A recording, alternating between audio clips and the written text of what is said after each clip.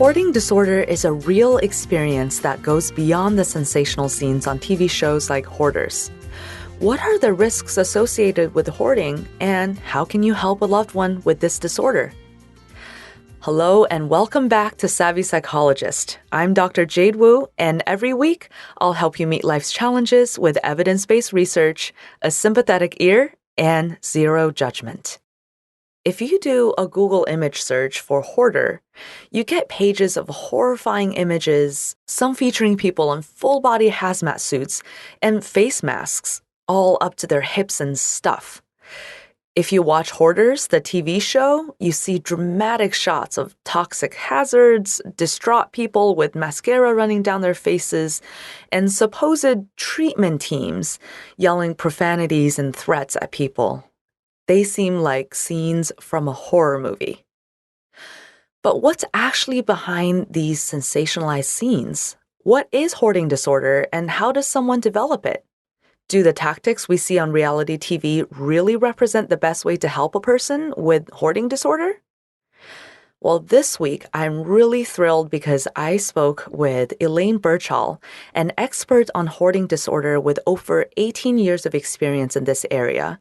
She's the founding force behind the Canadian National Hoarding Coalition, and she's the co-author, along with Suzanne Cronkrite, of Conquer the Clutter, Strategies to Identify, Manage, and Overcome Hoarding. I'm really happy that she took the time to speak with us because she takes an evidence-based and compassionate look at why people hoard, and she is really good at explaining the risk pathways that can lead someone to cross the threshold between being cluttered to having a hoarding disorder. And she gives really in-depth advice on how to help a loved one to begin their journey of recovery from hoarding. So stick around and check out the interview. Hello, Elaine. Welcome to the show. Thank you so much for being with us. Thank you for inviting me. I'm delighted to be here. So you are an expert on hoarding. And hoarding has always been such an interesting topic for me. And to be honest, in all my years of, grad school training and residency training, I haven't really come across a lot of hoarding cases in the settings where I've worked. And honestly, I haven't learned very much besides, from case studies in textbooks. So I'm really glad to be getting someone's perspective, who's actually worked with a lot of patients and clients. So I'd love to be an ongoing resource because the reason you haven't is that they haven't disclosed. They're shamed and worried. Yeah, I do get the sense that hoarding has a big stigma attached to it. Is that right? It really does, yeah. Nobody's going to put their hand up. Even if they are wonderfully proficient in many other ways, it's a very shaming, judgment-loaded disorder to have. Yeah, it must be a very lonely existence to have hoarding. Absolutely. Well, fearful too. The television shows have been a mixed blessing because they've given people the language to identify what they're seeing and to call it the right thing, hoarding disorder. But they also specialize in good television, which is why I've turned down a number of them. And you would never treat people that way. Ever, ever, ever, ever, ever. Yeah, I was curious about that because it seems very dramatized and very intense and not very compassionate at times. No, and not very effective either. If you shame people, really, they can't make their best decisions. They can't make their best decisions, Jade. They're going to repeat the behavior. Yes, that makes so much sense. Well, we should probably back up a little bit for our listeners who are unfamiliar with hoarding. So could you just define for us, what is hoarding disorder?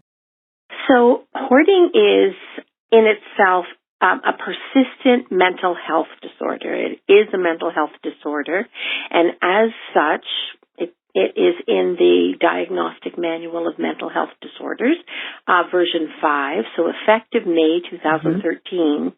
When it became a discrete disorder in its own right, it now qualifies for human rights considerations as a disability if it sufficiently interferes with the functioning of a person's life. So, residence, work, health, social, when enough of those areas of life have been impeded, negatively affected, it can be considered a disability and have the right to reasonable accommodation.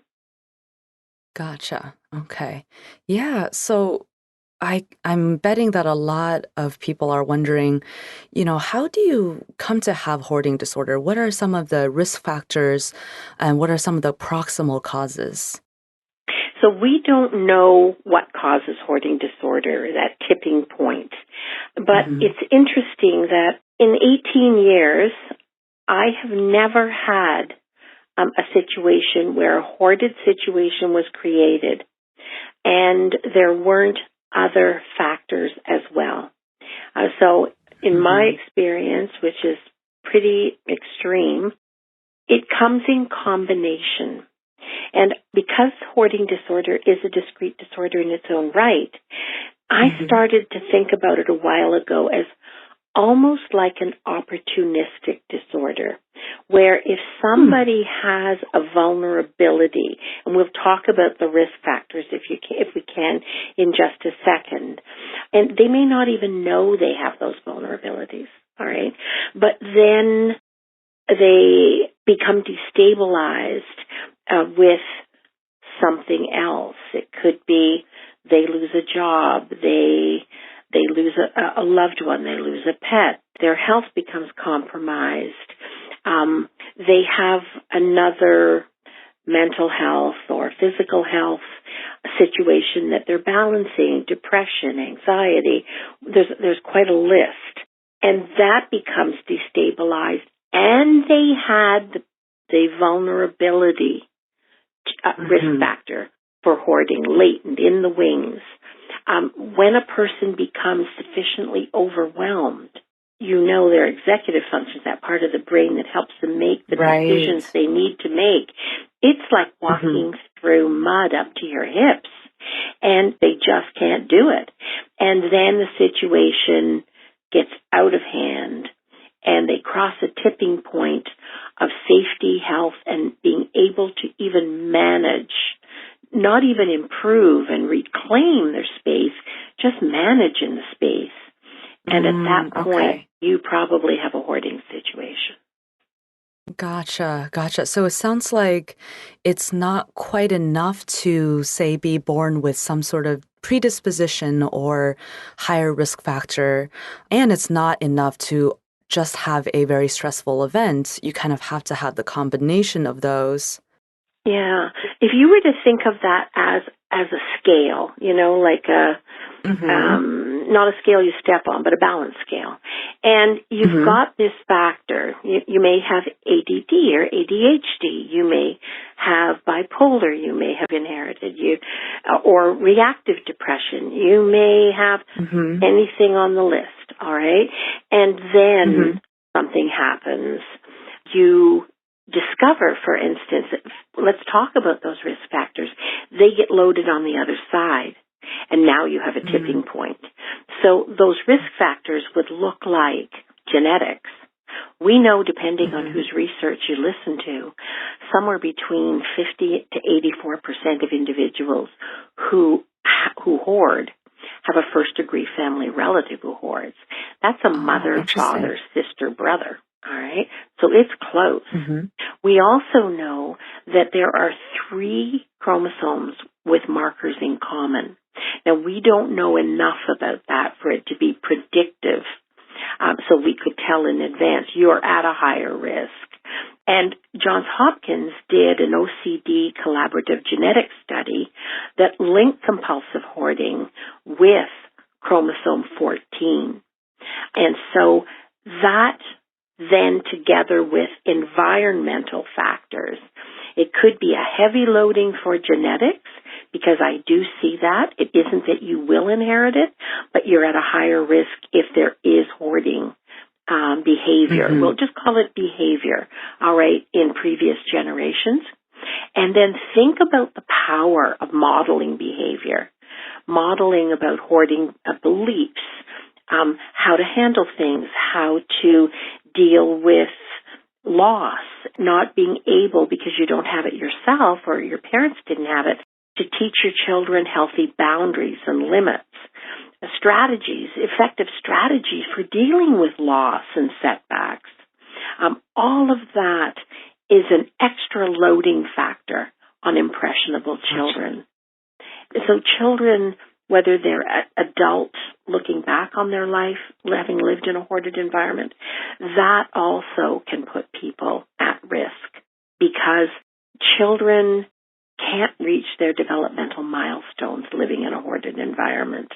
And they also, the number of them that come to me, Jade, and say, I know my parents love me, but I can't get past that fundamental belief that the stuff was more important than I was.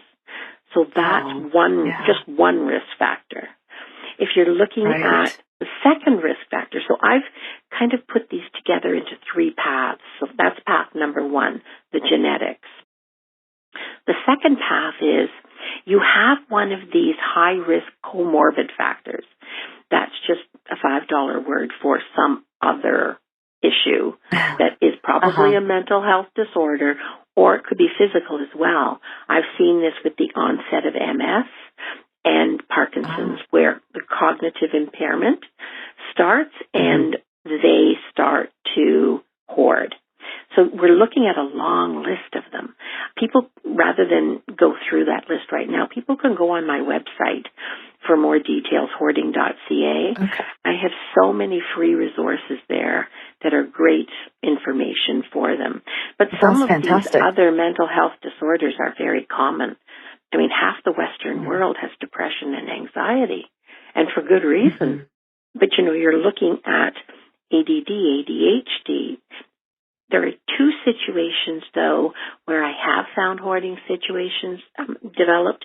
And when you looked at the person, you did really thorough assessment, you couldn't find those risk factors. And that is aging with mobility issues. I find a lot of seniors call me because they realize that they're in trouble and they have waited too long, afraid to call in help in case someone decides they shouldn't be living on their own. And they can't manage the recycling, the garbage, just the amount of unsolicited paper that comes into their lives. They can't stay on top of it. And so they end up in a pretty severely hoarded environment. The other thing is with recent grief where, the estate is distributed and the person is actively grieving and they don't want the stuff. They may not even like the stuff, but they're just not in a stage of grief where they can make decisions. And sometimes, quite often, rather than put it in storage and wait for, the ebb and the flow of grief to proceed, they bring it home. They bring it home on top of all their other stuff. That makes a lot of sense. Yeah, I see that quite a bit. And I see it among people who make important decisions in every other aspect of their life. But it's hard to decide what part of mom and dad or grandma you want and don't want when you're missing them so badly you ache. And that third path is, I think this is the riskiest path, actually, and I think not very many people are safe from it because it's part of the human condition. And that is when people, or when we allow ourselves or we find ourselves persistently just a little disorganized. We don't have to be perfectly disorganized, all right? But just a little chaos, just a little, and we're always having to fight to stay on top of it. And then something happens that destabilizes us. Generally, it's either one big issue or a series of smaller ones, but the person can't restabilize in between. So they get knocked down, they get partially up, another thing hits, they go down again. At a certain point, that rule of three, you're on your knees, and now you're so overwhelmed, you can't figure out how to get up.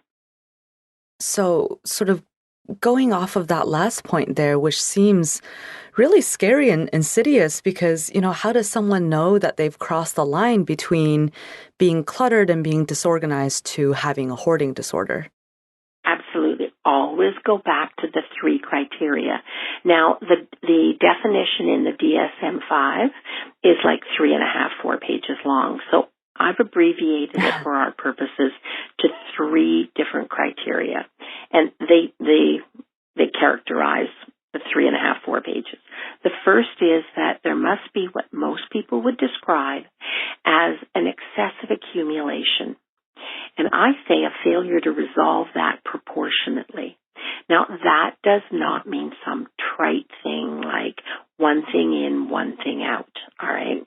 Anybody who can do the one thing in, one thing out at that point in time isn't at risk of hoarding disorder. Gotcha. It is that fundamentally they either haven't developed or it's broken. That check and balance system, when you start to realize that you're losing control, way before you go over the edge, but it just, the discomfort, the confusion, the number of times, you're running around looking for something and you find it and you put something down in a pile and then you look around and you're just not happy with it. If that's a persistent situation, then that's a risk factor. That's one of the 3 criteria. So the second criteria is that some or all of the living spaces can't be used for their intended purpose. You're still living in the environment, but you can't make meals at the stove, so you're ordering out. You have to move things in order to have a place to sit. And you're bringing groceries home, but the fridge is full because you haven't cleaned it out. There is no space, and the cupboards are chaotic.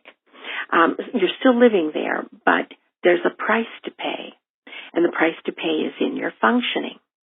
The third criteria is that distress or impairment in functioning. So when we're talking about impairment in functioning, we're talking about risk factors, all right? So that distress is either being experienced by the person themselves or others. What is really important about that criteria, that distress part, is that it doesn't have to be active. The client themselves who's hoarding may not be distressed, but if those who had a right to know knew the true condition of the property, they would have cause to be concerned. That criteria has been met. So we're talking about your mortgage company, your insurance company, your neighbors who don't know they're at risk and don't know to take extra precautions, the fire department, children's services, animal control, bylaw. If you live in a multi-unit dwelling, your landlord, property standards for multi-unit dwellings. If they knew the truth, they would have cause to be concerned. Then you have to tick that box. So if you, even to a minimal degree, have to tick all 3 boxes, even a tiny bit, that's the answer of whether you are now over the line into hoarding. Gotcha. So those 3, just to summarize for our listeners, it sounds like the clutter in the hoarding has to be excessive by a reasonable person's judgment. It has to take up a lot of living space that prevents you from using those spaces for their intended purpose.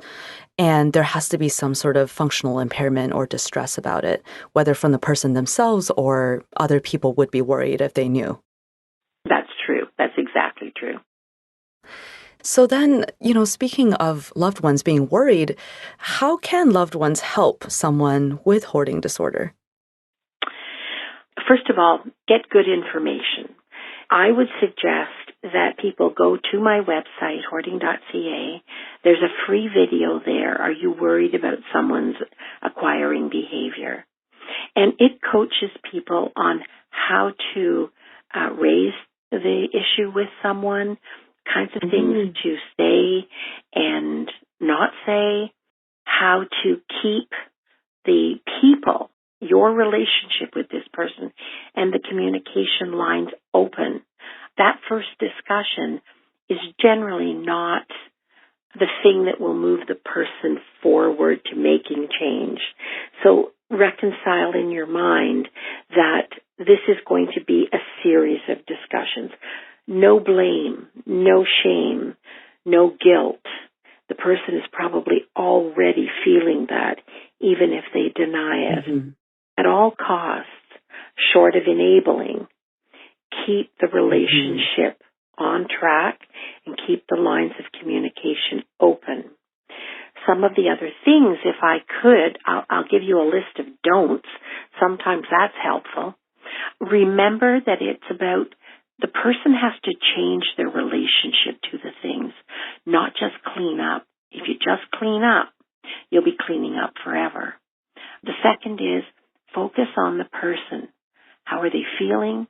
How did things get to this point? And don't always have an answer and a comeback because you're trying to herd them down a path.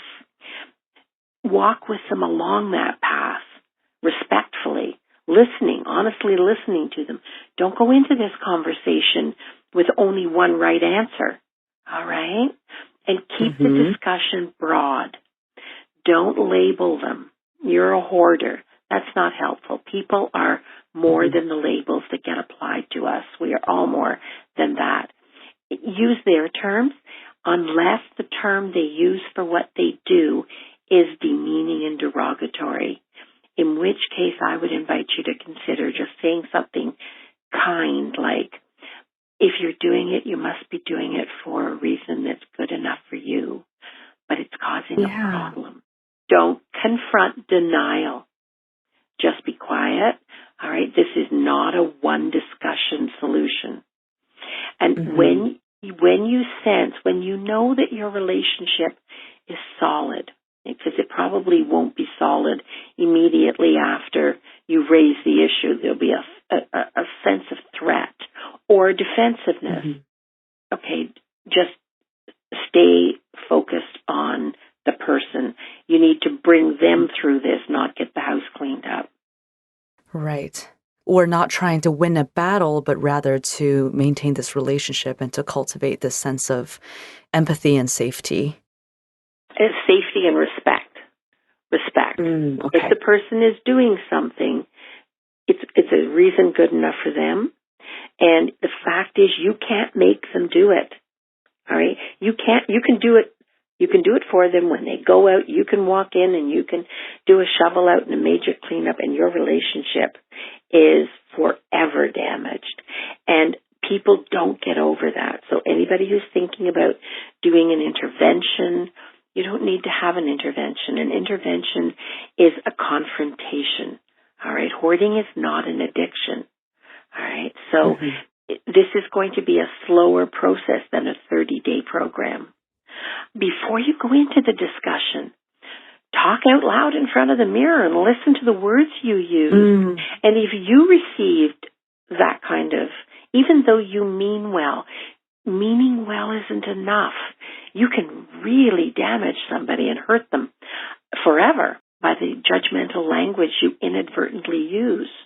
Language is powerful. Be kind, not right. Just don't enable. Don't ask a lot of rapid-fire questions. Once you've raised this issue, they're going to be going into either fight or flight because they know the truth at some level. Maybe they're not prepared to admit it because it's too embarrassing and shaming, all right? But remember this. Even though you don't approve of it, maybe it's dead wrong, maybe it's really unsafe, even a stop clock is right twice a day. So just because this person has a situation, a negative situation that they've created, doesn't mean everything they think and feel and say is wrong. All right? Listen with respect. Don't play the role of expert and don't use guilt. All right? They are the only ones. When I go in to help somebody, Jade, they teach me who they are, what they need, and how I guide them out their own path. I need to understand what path got them in there so that I know that is the route I guide them out. I guide them. I don't do it for them. They're the ones who are doing the work. I'm coaching them and guiding them. This might be the next step. Try it and see if it's safe. This might be another step. Try it and see if it's safe. So don't expect to go in and convince them of something. And if they agree to an easy cleanup, you want to be very, very careful, all right, that you don't just go in and summarily remove a lot of stuff just because you happen to be dealing with somebody who's compliant. That's really good advice. This is very interesting. And I like how you really have a focus in compassion and in learning about your clients more rather than going in as a whip cracker to sort of whip them into shape. And I really like this approach. That's just not very effective. I wouldn't like somebody to do that with me. You want them to come out of this with respect, right? You want them to live differently, safely, because you care about them. Or you're responsible for them if you're a mental health professional, right? And so absolutely, they have to feel that respect. They have to see it in your eyes and in the way you treat them, in the way you let them make choices. And you respect those choices so long as that choice does not make a bigger problem. Like, for instance, if something is irretrievably contaminated and it's a risk, mold, for instance, mouse scats, in among food, and they're walking in it and it's becoming airborne and they're breathing it in, they don't realize how toxic that is. There are some limits, but good information and respect for the person teaches you how to help them. I love that. Yeah. So my last question for you, Elaine, is, and I bet you get asked this pretty often, but Marie Kondo and the life-changing magic of tidying up has become hugely popular, especially now that there's a Netflix series. Is this something that could help people with hoarding, or is this completely different from how you help folks? And how do you view this type of programming? So it's interesting that I don't take credit for this, because good ideas just have a way of keep popping up, right? And so I do believe, like Marie Kondo, that we should first and foremost, not only, but first and foremost, have the things that give us joy and meaning. It isn't just about the thrill of joy, all right? And meaning. Our identity. They help us solidify our identity. They give us a sense of safety and respect and who we are and what we stand for. They define us in the ways that are important to us. But what I would like to say, because I had an interesting experience with a poor client who couldn't even come home from the hospital because of the condition of her home. And when she said, "No, Elaine, would you just go in with your crew, please?" And I said, "Well, I need to talk to you before every time we go in to get permission to tell you what I think we're going to have to do and have your feedback." And she said, "That's fine, that's fine." And the house was really a hazard. And we got to a point where we needed to start putting things away for her in a way that we could see made sense according to what was already partially done. And I had her permission to open a drawer, and I did. And it was her panty drawer. And I'd never seen this before. And they were all wonderfully organized, standing up on end, all color-coded. And I looked and I thought, I guess my internal voice was, how long did that take? And so I spoke to her about it. And she said, yeah. She said, I tried. I got the book. I tried. She said, because it just sounded so peaceful. And she said, and it was just another way for me to fail. And so one of the things for people who aren't at that point and won't be in the hospital and have to bump their head on the fact somebody else has to go through their things is that if somebody can establish, this is the key, if somebody can establish and maintain using the Kondo method, they are probably at that point in their life, maybe not forever, very low risk for hoarding disorder. However, if they can't maintain it, they might consider getting a copy of Conquer the Clutter, because Sue and I wrote that book to fill the gap. What do you do when you're in the trenches? You don't want to call for help because you don't want to raise the flag that this is your situation, or you've tried and tried and tried, and nothing has worked. That book is full of what my clients have taught me over 18 years. All right, helped them and didn't help them. And tools and resources to support each step along the way so that you know what the problem is and you know what your piece of it is and you know how to fix it for yourself. So I would encourage them to do that. Just use it as a coaching tool. And then when you get your environment sufficiently fixed up or the way you want it to be, maybe find somebody who can help you with the rest of the work that you need to do if it's too heavy. And if all else fails, go to hoarding.ca, use the contact us, send me a note, tell me what problem you're having, and I will do my level best to answer it in an email and just give you some ideas of what to do and where to go. That's fantastic. The book is such a great resource, and your website as well, such a great resource. I'm really, really thankful that you and Suzanne wrote this book to bring these strategies and bring these very hands-on but also very compassionate perspectives and strategies to people, because I think you're right that hoarding is such a lonely, stigmatized condition that I bet most people don't know where to turn to get started. Among the stuff, you need to find your self-esteem and your self-respect, and you need to carry that forward for the life you're meant to have. Well, thank you so much, Elaine. This has been such an enlightening conversation. Thank you so much for joining us. And thank you for all the important work that you do. We really all appreciate it in the mental health community. Well, thank you for getting the message out. I really appreciate it, Jade. So we just heard from Elaine Birchall, hoarding disorder expert. And the real quick and dirty summary is that hoarding disorder is a persistent mental health disorder surrounded by a stigma that makes it really hard for people to seek and receive help.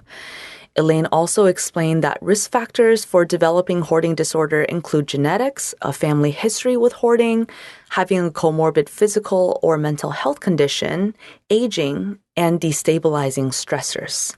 And importantly, she said that you can help a loved one with hoarding by starting a non-judgmental and non-directive, non-confrontational conversation, and ultimately a series of conversations where you help the person by walking with them and guiding them and helping them instead of by confronting them and just clearing their stuff out. We are so grateful to have had her join us, and I want to hear from you. Do you have any experiences with living someone with hoarding disorder, or perhaps you yourself have experienced this disorder? Or if you want to just have more information about other anxiety-related disorders, let me know. You can follow me on Twitter at QDTSavvyPsych or at JadeWooPhD. And don't forget to subscribe to the podcast and to the newsletter so you don't miss out on really useful tips and all the episodes of Savvy Psychologist. Savvy Psychologist is audio engineered by Steve Rickyberg and edited by Karen Hertzberg. As always, Savvy Psychologist is strictly for informational purposes and does not substitute for mental health care from a licensed professional. Thank you so much for listening again, and I will see you next week for a happier, healthier mind.